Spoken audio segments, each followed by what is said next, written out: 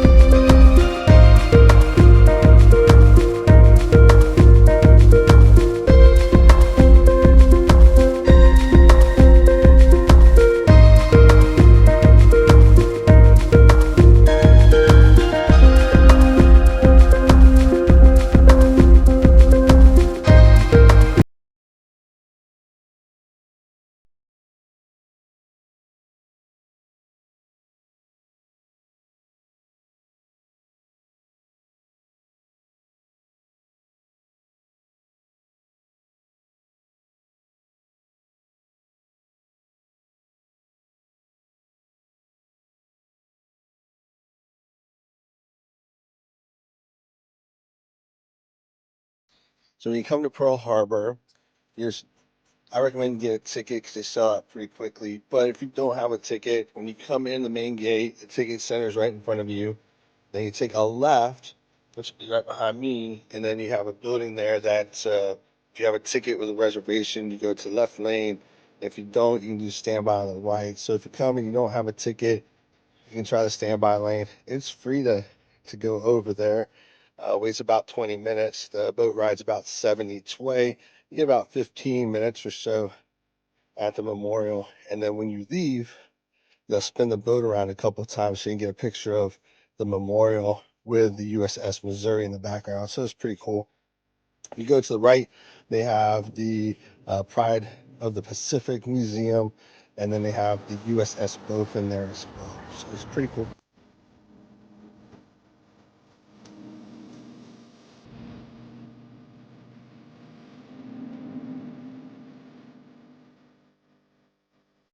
So as you make your way around the park, you'll find some historical items. So they had the bell from the Arizona that was recovered. And then behind me is the anchor from the Arizona. So it's pretty cool that they were able to recover some items and share them with the world.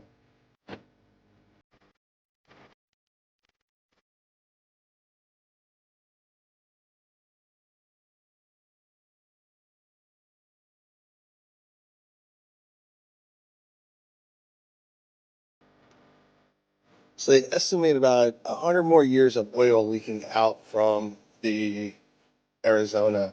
And a wives' tale, history tale, just folklore, whatever you want to call it, is that the oil seeping out is the sailors' tears, and then when the last one joins them, the oil will stop leaking. There's one survivor left. He just turned 102. Of the 300, I want to say it's 355. So if I'm wrong, forgive me, but I think it's 355 sailors that survived the attack. About 10% of them, or a little less than 10% of them, have had their ashes cremated and they've been returned to the Arizona. So I think that's a phenomenal um, memorial and tribute. There's a little thing about the divers when they open up the urn, they can feel a sucking motion coming, and they tell the families that's the ship accepting their loved one back. So pretty touching, I think. So this completes our time at Pearl Harbor and the Submarine Museum. Just a couple other little tips. You cannot bring in bags, so leave your bags in the car. And if you come on a tour, they're going to make you check your bags. If you come in with a purse, they're going to make you check your bags. And there's a fee for it. For the museum, it's $17 for military and students, and then it's $21.95 for adults. They do have refreshments here, plenty of restrooms. So hopefully you can come here and enjoy yourself. If you have any questions, please don't hesitate to hit me up in the comments, and I'll be more than happy to answer any of them that you have. Aloha and mahalo.